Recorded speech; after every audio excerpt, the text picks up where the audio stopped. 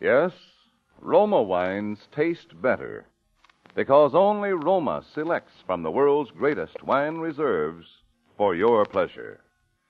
And now, Roma Wines, R-O-M-A, Roma Wines present Suspense. Tonight, Roma Wines bring you Mr. Richard Conte in Wind, Place, and Murder, a suspense play produced, edited, and directed for Roma Wines by William Spear. Suspense, radio's outstanding theater of thrills, is presented for your enjoyment by Roma Wines. That's R-O-M-A, Roma Wines. Those better-tasting California wines enjoyed by more Americans than any other wine. For friendly entertaining, for delightful dining. Yes, right now a glassful would be very pleasant. As Roma Wines bring you Richard Conte in a remarkable tale of Suspense.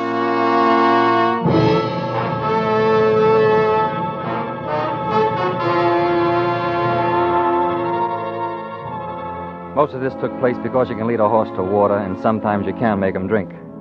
But you can never make him win a race. I learned that from a horse named Mosquito down at Tropical Park. I was in New York and things weren't easy. The private detective business had gone flatter than a glass of beer in a boiler room. I needed to borrow money, but the only place I could get it from was a girl named Laura Lee. I'd been going with her before I got hit by that monsoon at the $2 window. And I'd marry her if she could shake her father with $5 million and a big stick. Anyway, I scratched together a little dough, and I'd sit in my office brooding about how crime doesn't pay. It didn't help any when Laura took an office across the hall and called herself a private detective. For $5 million, you can afford to play games. But after that, things went from bad to worse. And then last week, Thursday, I noticed in the paper Mosquito was running at Jamaica. I picked up the phone to call a bookie joint run by a guy named Joey Galt. And that's how it started.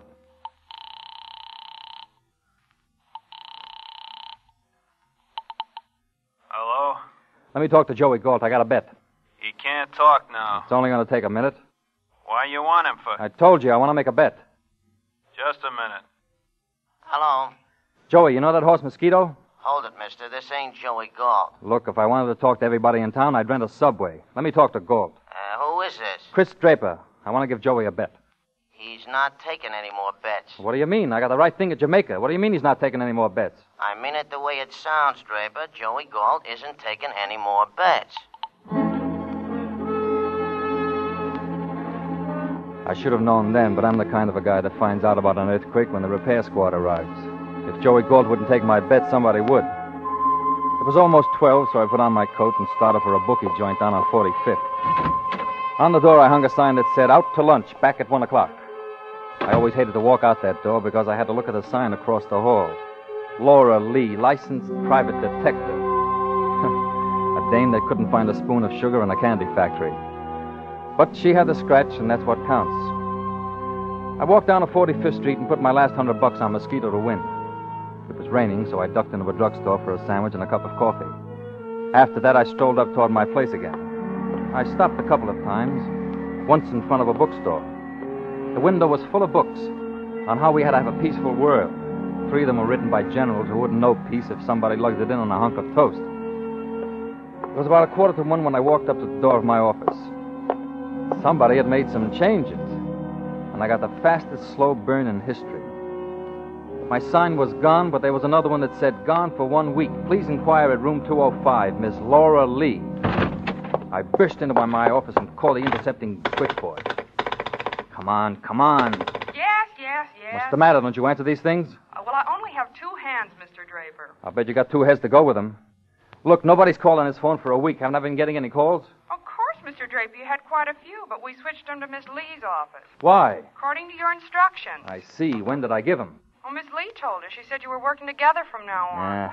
When did she say that? Oh, about a week ago when she brought up the check to pay your office rent. My rent. Yeah. Anything wrong, Mr. Draper? Not a thing, baby. Get a pad of paper. I've got a message for you. Hello, Draper. Just a minute. All right. Where's Pilson? I held onto the phone and looked up from the desk. The room was full of muscle. A guy named Mike Farago, a collection boy for Joey Galt. I'd seen him around before. A broad guy with a smile like an undertaker. Where's Pilson? Oh, hello. I just called your office. What happened over there? Look, don't make me keep repeating. Where's Pilson? Hello? I don't know any Pilson. You don't sound sure. I'm awful sure, Farrago. I don't know any Pilson. You're a nice guy, Draper. You shouldn't have made it tough. Now, wait a minute. Put that away. It'll go off in my face. That's so you can see it. Now, look, you're trying to find a guy named Pilson. I don't know him. I never heard of him. As far as I'm concerned, you just dreamed him up. The boss don't think that. Huh? Yeah, Pilson just knocked off the boss. He killed Joey Galt? Uh-huh, that's right. He just walked in, took a gun out of his umbrella, and shot Joe right in the ticker. It's a shame. Well, I'm sorry for Joe. Well, I hope they let him make book up there. Everybody's got regrets. We got 'em about you, Draper. I don't know your boy, Farrago. You had your chance, Draper. Now, Hello, Lieutenant. Lieutenant. put down that phone. I got him on the wire, Mike. You should have asked him. Hello, Lieutenant. I got one of Galt's boys up here. All right. He's pushing me around a little. If he pushes too hard, you know where to look. All right, you win this one, Draper. I'll be back when you're not so lucky. I'm always lucky. I don't believe it. I've seen your mutual tickets. I'll be back. Goodbye. Goodbye. Bye.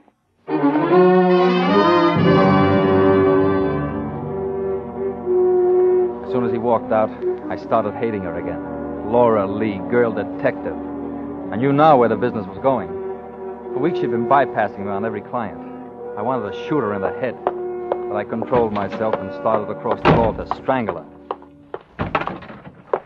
Look, Laura, I want to talk to you. Watch out, Chris. He's got a gun. Huh? Watch out, will you? Oh, heavens to... Oh.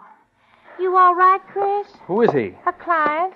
One of mine? Oh, please, Chris, I didn't mean anything with those signs. I just wanted to show you. Chris, if you'd marry me, things like this wouldn't happen. Will you marry me? On my dough? Who is he? Who? This on the floor. He's not a carpet. Who is he? I don't know. He gave me this ticket. Let me see it. Yeah, check stand, Grand Central Station. But don't tell me he wanted you to pick up a suitcase. How could you know that? Look, I spent my life in this jungle. I know a phony pitch when I see it. Oh, it's not a phony. He's a nice old man. All right, he's a nice old man, if you don't mind being shot. Well, he offered me $100 to pick up the suitcase. Look, for 4 bits, any red cap in town will do it. The guy's a phony. Somebody was watching for the bag. You see, he couldn't use a red cap. I was going to pick it up and meet him at track 17 at 2 o'clock. Well, help me roll him over. You know, Christopher, he's really an important man. They don't wear ragged Real collars. important.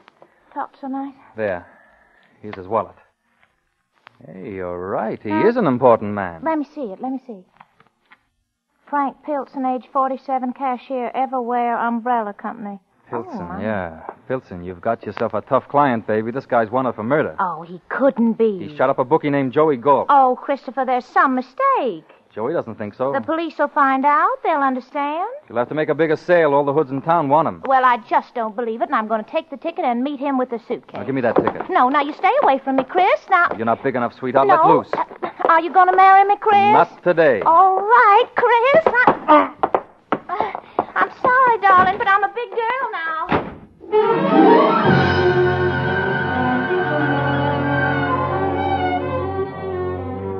I don't know where she learned that trick, but by the time I got to the elevator, it was on its way down. When I got to the street, she was up near 7th Avenue climbing into a cab. There was one other cab in sight, but I couldn't do business there because Farrago moved into it and started to follow Laura. If I was going to get there, I had to grab a cab down the street. I turned and ran right into a lieutenant from Homicide named Herbie Knapp, a guy that learned how to dress from Brooks and how to talk from Damon Runyon. Ah, hello, Chris. How are the horses? Look, Herbie, I got to run. I asked you how the horses was. Mosquito in the first now. Let me get by, Herbie. I got to get a cab. Just a minute. It's a shame, but you gotta stay here.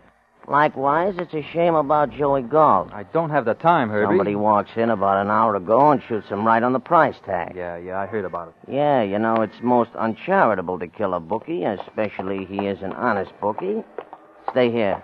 All right, I'm not going anywhere now. And all and sundry along Broadway say Joey Galt is honest as the day is long, and part of the night, too.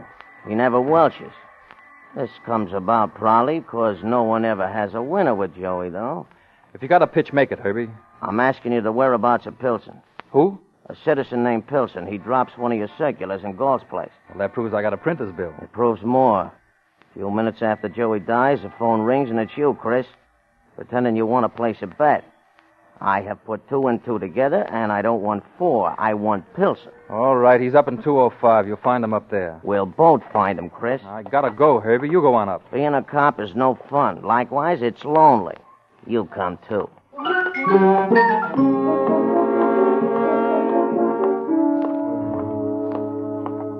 I could see Herbie wasn't going to let me chase that cab, so I got him up to room 205.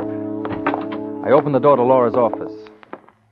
He's in here now. Check him and let me get... Hey. He is a wee fella, Chris. He is so wee, I do not see him.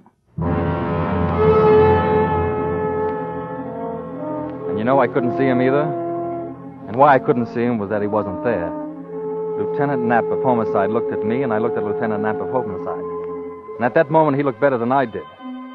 That was because I was gaining weight. In a couple of minutes, I expected to be heavier by 13 ounces, which is the standard weight of a pair of handcuffs.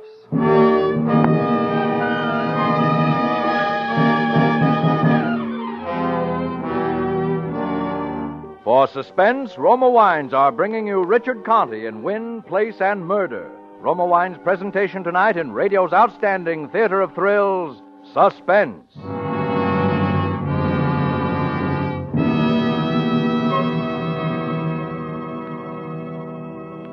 Between the acts of suspense, this is Truman Bradley for Roma Wines. You receive an extra dividend without cost every time you buy Roma wine. That extra dividend is the fuller bouquet, richer body, and better taste you enjoy in all Roma California wines. That extra dividend of better taste is the reason why more Americans enjoy Roma than any other wine. Yes, Roma wines taste better because Roma selects and presses California's choicest grapes. Then, with ancient skill and resources unmatched in America, Roma master vintners guide this grape treasure unhurriedly to tempting taste perfection.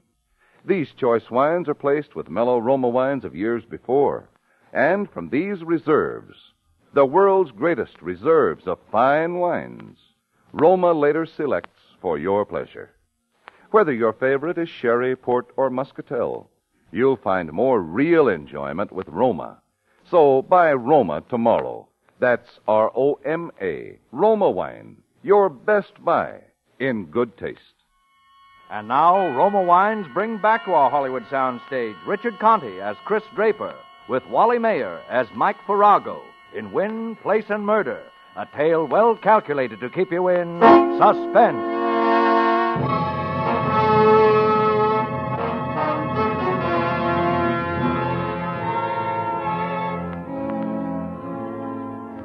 I felt embarrassed, to say the least. Here I have invited Lieutenant Knapp up to meet somebody who is of mutual interest to both of us. Now I had to pick up the check. Well? Well, he was here 5 minutes ago. Look, don't pull my leg on account of I will use it on your teeth. He was here 5 minutes ago. I hit him, and I thought he was out. He must have gone down the fire escape. Oh, first you never hear of Pilson, then you have him upstairs, and now he goes out the back way. Whose place is this? It's a girl's office, Miss Laura Lee, debutante detective. How come Pilson was here? He came by mistake. Yeah, that's the way I'm taking you to the jug, bub. I have a brother-in-law handles cases cheap. Look, would I hide him on you, Herbie? I'm taking you downtown, Chris. Now, wait a minute, Herbie. Unless you pull Pilson out of the woodwork. All right. He's over in my office. Oh, it's better. Across the hall here. Did he go down the fire escape on this side, too? No, he's over here. In the closet. I had to lock him in. There. You can have all 5 feet of him. Where? I don't see no... In the back there. Well, let me see. Sure. Look him over good. Wait a minute, Draper. Sorry, Herbie. Hey, Chris, let me out of here. I told you I was in a hurry. I'll shoot the bone out. And bring all the tenants in? The police force would look funny locked in the closet. I'll be back in an hour. Wait a minute. Wait a minute, Chris. Yeah. Look, Chris, that filly, Mosquito, she's running in the first. Like crazy is the word. Yeah, look, if you keep me in here an hour, I will not get a bet down, chum. Suppose she wins. She's a 58-1 shot, too. Chris, I will consider it a great favor if you put 20 skins on Mosquito's nose. All right, I'll give it to Lou Golding. He works the corner. Pass it under the door. What if it stinks? If it's horse money, it's thin. Pass it under. All right. You got it? Yeah. Be sure she wins. I'll tell her about your $20. Thanks, Chris. I won't forget you for this. Go easy. She may lose. That's what I mean.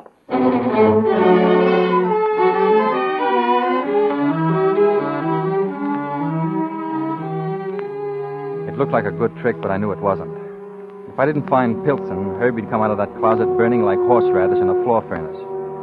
And that give and take about horses didn't mean a thing, because he's the kind of a guy who could win the Grand National and put the kids to bed without supper. I had to get to track 17, and I had to head off Laura somewhere in between. I walked to the corner and got down Herbie's bet. And then I cut down 44th Street to Grand Central. The station was jammed with Scarsdale club women trying to look 36 with 46 hips. But I spotted Farrago right away. We couldn't miss with his face. Most witch doctors would have turned it down. He was standing over by the telegraph window watching the check stand. Laura was there, looking around nervously. And finally, the guy behind the counter handed her a small black bag, and she started for the Vanderbilt Avenue exit. Farrago dropped the telegram blank and started after her. If he ever got to her, she'd be counting the bruises with a slide rule. So I cut across and bumped into Farrago near the stairway. Oh, watch out where you... Oh. It's too late to get on out, Farrago. Get out of my way. I'll come around either way, mister. Okay, you asked for it. Oh, come on. Now, break it up. Come on. If you want to fight, get a matchmaker. You're a cop. He was bothering a lady. Where is she? Well, she's gone now. What did she do, ride a deer? I just walked up. Were you bothering a lady? I don't know none. Oh, forget about it. Now, both of you get out of here. Yeah, okay. I'll tag you later, Drew. And you get moving too, fella. I'm sorry about this trouble. Here, you want a cigar? Is it one of those nickel things? Yeah. Well, you keep it. I don't smoke nickel cigars. I didn't say you had to smoke it, officer. Just chew it.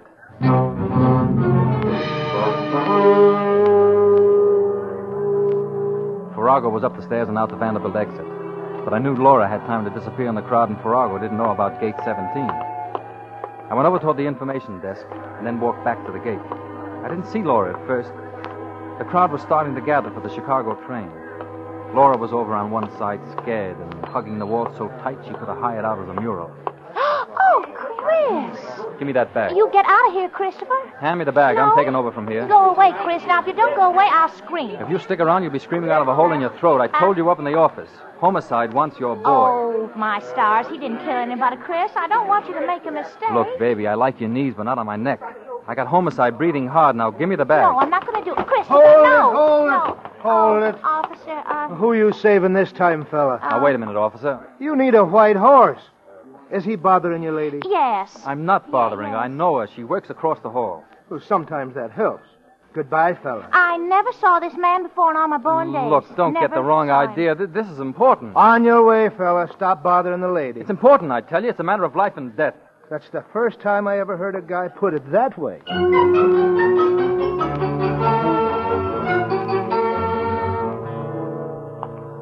The cop watched me as I walked off, and the way he stood at the gate, I knew I wasn't going to get to Laura with a shortwave radio. It was 1:45, and Pilson had a few more minutes before he had the show.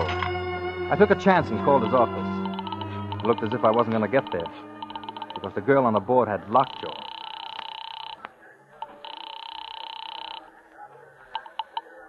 Hello. Ever wear umbrella? I want to talk to Mr. Pilson. He's not here. Be back at 2. Is he the cashier over there? Yes? Well, how long's he been there? Who is this, please? Insurance company. We're just investigating a policy. Oh, yeah. Well, he's been here for 15 years. He was with the company at the start. How about his personal habits? I beg your pardon? His habits, the big two, women and gambling. I don't think so. Are you sure? I don't think he gambles. You have to take a vote on the women. He's over 40. That don't change anything but the blood pressure. He gave a Mr. Galt as a reference. Do you know if he ever calls up there? Why, yes, I think he does. It's a brokerage house, isn't it? It used to be. Do you know if he went there today? I don't think so. He had to pick up the payroll during his lunch hour. What payroll? He always picks it up on Friday. I didn't know about that. Would it be risky to insure him? Oh, my, no. He's been doing it for years. A small black bag. He does it every Friday. I see. How much is in the payroll? I don't know. Well, make a guess. Oh, 50,000. I'm not sure. It may be. That's right. What? Maybe.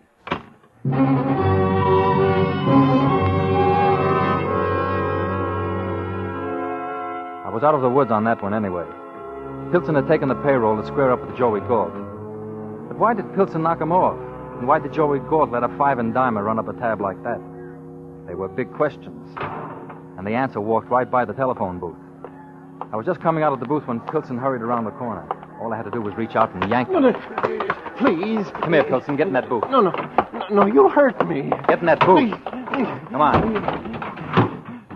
Don't, please. Now, sitting there and talk in a hurry. Don't hurt me, mister. You can have the rest of the money. What money? The other $26,000. The payroll dough. No, I didn't want to take it, but he made me take it. Your friend made you take it. Well, I don't have any. Farrago, he made me take it. He's on another team. I'm Chris Draper. You're Mr. Draper, but Miss Laura Lee said... Yeah, I know. She said she was handling my cases. Why did you want a detective? I was in trouble. I thought you could help me. I can't square a murder rap. I just took the money. There's no murder. Galt's cold enough to prove it. Galt? And you're wanted for murder. You've got to help me, Mr. Draper. You're tough enough by yourself. No, Mr. Galt was all right when I left. He and Farrago were talking. Farrago, huh? He's the one who fixed it up so I could go to Chicago. Why? He said I'd get into trouble unless I skipped. He said to take what was left of the payroll and skip. He said I had to do it. Or throw a lot of sevens before 2 o'clock. No, but I got scared. When Farrago came down the stairs, he gave me the gun and he said to take care of myself. But I got scared, and that's why I went to see you. He didn't like me. You're guessing. He wanted that money. I know. He kept asking where it was. I didn't tell him. Then I got away from him, and I came to see you. You've got to help me, Mr. Draper. On that much story? Oh, please, Mr. Draper. I didn't kill him. I wouldn't do that. You can ask anyone. Can I ask Joey Galt?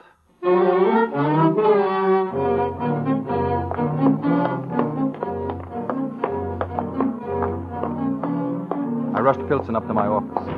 Herbie was banging around the closet like a farmer's apprentice. Hey, let me out. Hey, all right. Chris, let me out of here.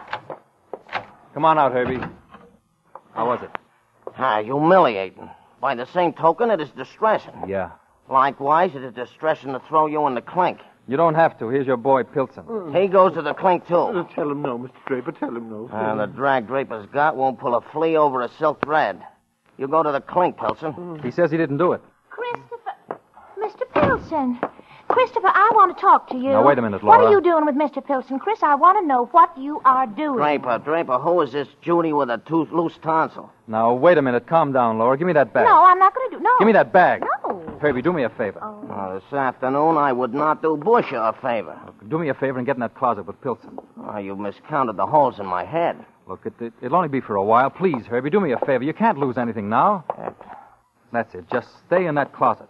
Chris, I got the only sunstroke in April. That's a boy. All right, now. Get in there, Pilson. When do I get out? I'll let you know. Christopher, I won't let you do that to Mr. Now, Pilson. keep still and come over here by the desk. I'm not... Help me get this bag off. There.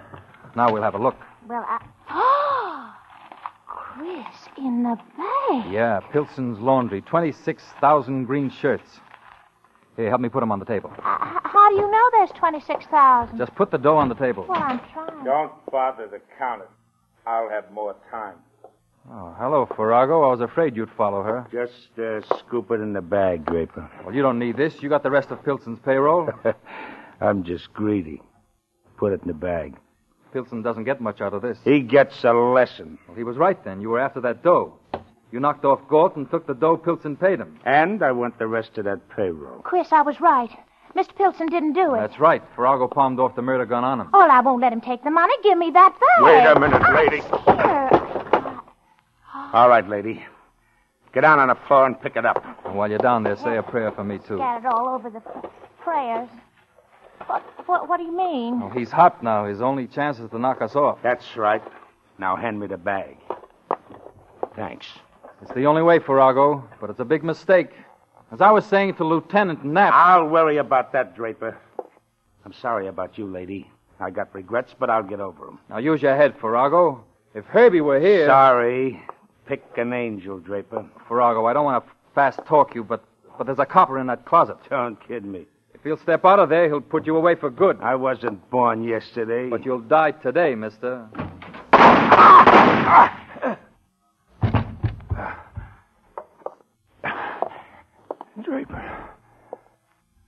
Draper, you're a bum horse player. But you hit it on the nose. This time. He looks pretty, Herbie. Yeah, all such characters get sleepy along about this time. If you roll him, you'll find the 20 grand he killed Galt for.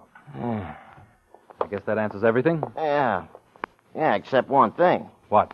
how Mosquito makes out in the first race. Oh, I forgot all about it. Give me that phone.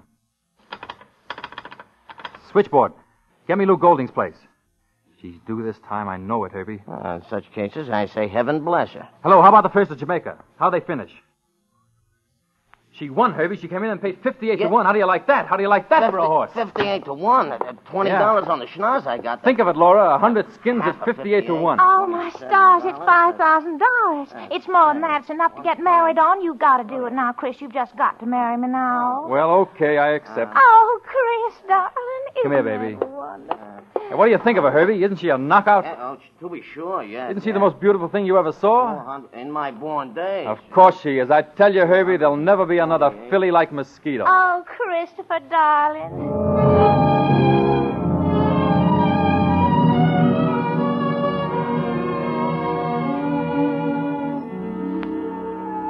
But there's always a kicker along Broadway. That price of 58 to 1 was too big. Lou Golding couldn't stand the belt.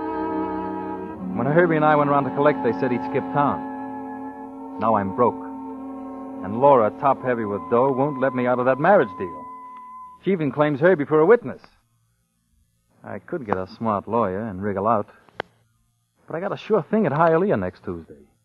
So I need $100. Laura says she'll give it to me if I marry her. I don't know. It may be worth it. This is a sure thing. A very sure thing.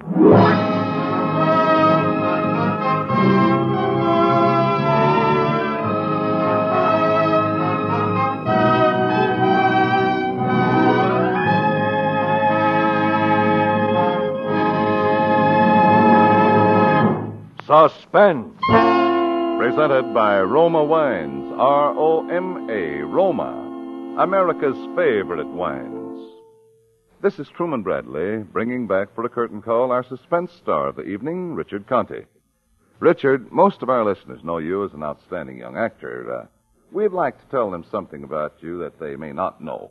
For example, the fact that you're an artist off the screen as well as on. I'm no Michelangelo, Truman. Painting is just a hobby with me. Like having friends over for dinner and then talking about acting all night. Well, Richard, here's something to make your talking sessions even more friendly and companionable. A gift hamper of Roma wines with the compliments of Roma, the greatest name in wine. Thank you, Truman. That's an idea for holding my listeners. You're right, Richard. At dessert time or after dinner, serve that fine Roma California port, and you'll really have an appreciative audience, believe me. For ruby red Roma port has a rich, full body, a mellow, natural sweetness that everyone enjoys. You'll find Roma port is the ideal finishing touch to a fine dinner, a luxurious taste treat later in the evening with cake or fruit. Say no more, Truman. Just give me the Roma basket. One more word, Richard, and it's important, too. Remember that in all Roma wines, you enjoy an important difference. An extra premium goodness in fuller bouquet, richer body, and better taste. Yes, Roma wines taste better because only Roma selects for better taste from the world's greatest reserves of fine wines. That's why more Americans enjoy Roma than any other wine. You've counted with Conte, Truman. Thank you and good night. Next week, part of the country goes on daylight saving time. If your city remains on standard time, Suspense will be heard 1 hour earlier. Check your local newspaper for time. Richard Conte appeared through the courtesy of 20th Century Fox, producers of the late George Apley. Tonight's suspense play was from the story by Emil C. Tepperman. Next Thursday, you will hear Miss Ava Gardner as star of Suspense. Produced and directed by William Spear for the Roma Wine Company of Fresno, California.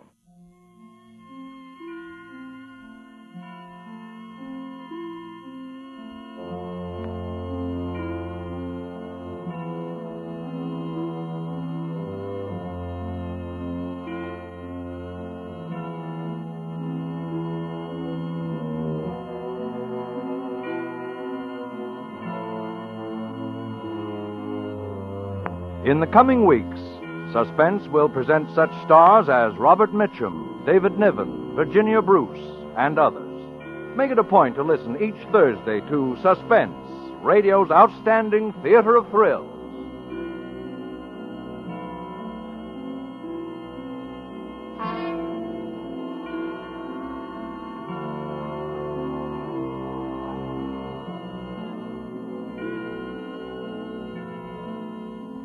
Stay tuned for the thrilling adventures of the FBI in Peace and War, which follows immediately over most of these stations. This is CBS, the Columbia Broadcasting System.